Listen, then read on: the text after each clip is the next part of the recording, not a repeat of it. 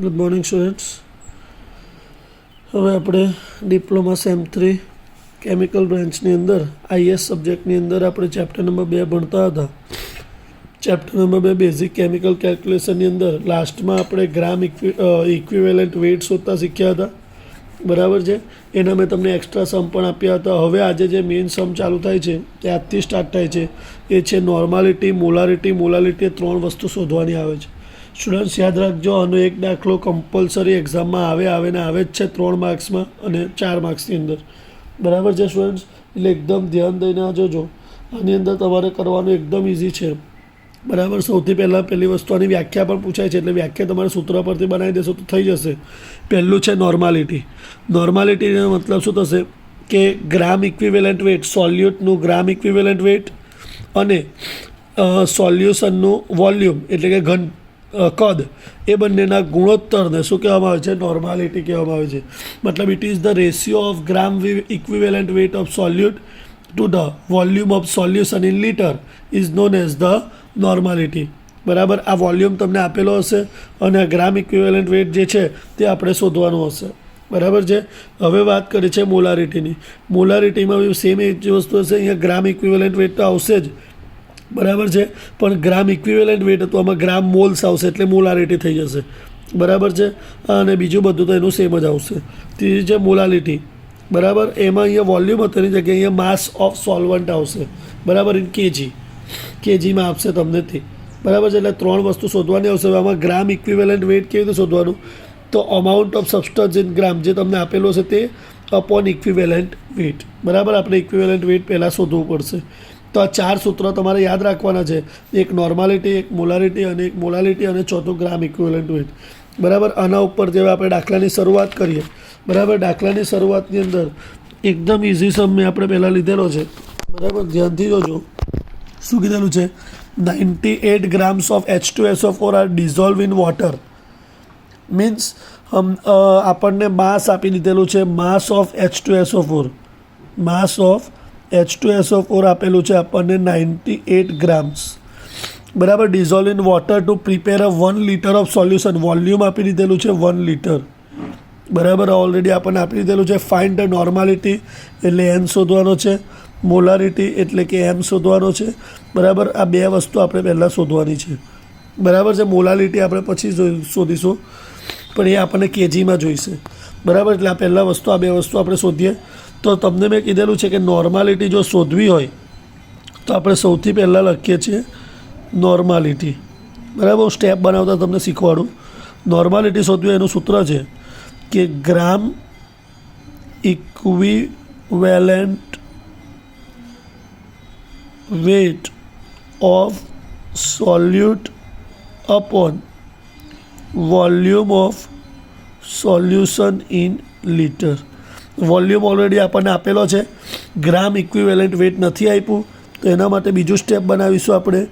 Gram equivalent weight is equal to, એનું સૂત્ર છે amount of substance in gram એટલે કે amount of substance in gram upon equivalent wet.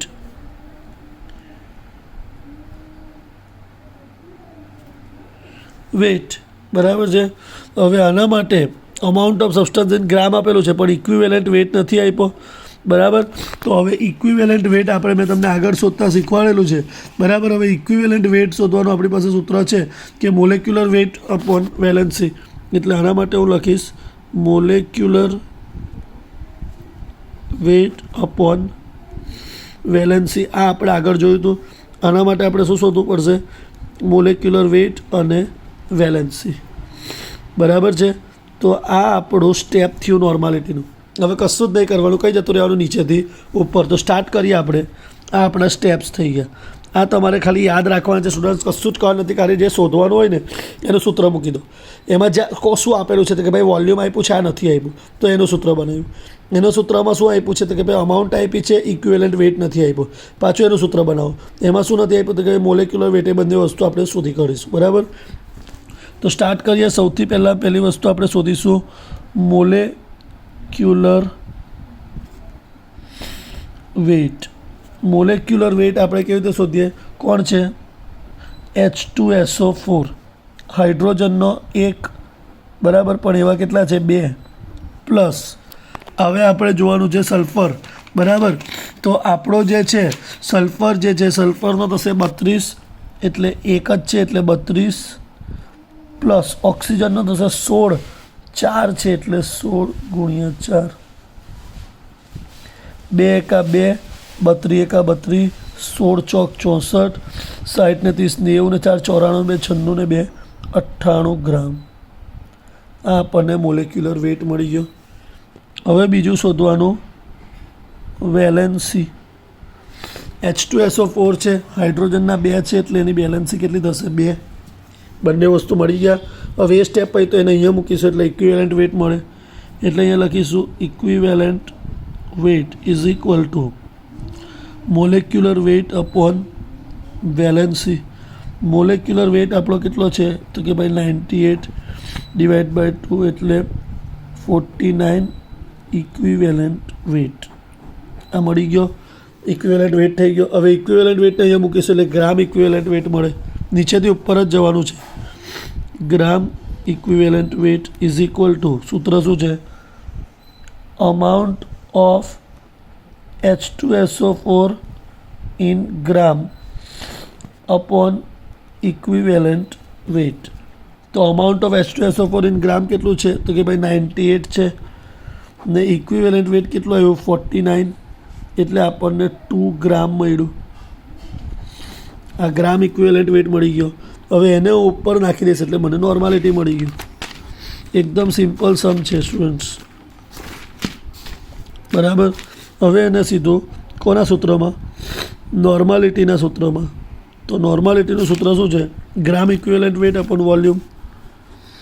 Gram equivalent weight of H2SO4 upon volume of H2SO4. Gram equivalent weight આપણો કેટલો આવ્યો? 2 divide by H2SO4નું volume કેટલું છે? 1 એટલે 2 નોર્મલ મળ્યું આપણને. આ આપણો ફાઇનલ આન્સર.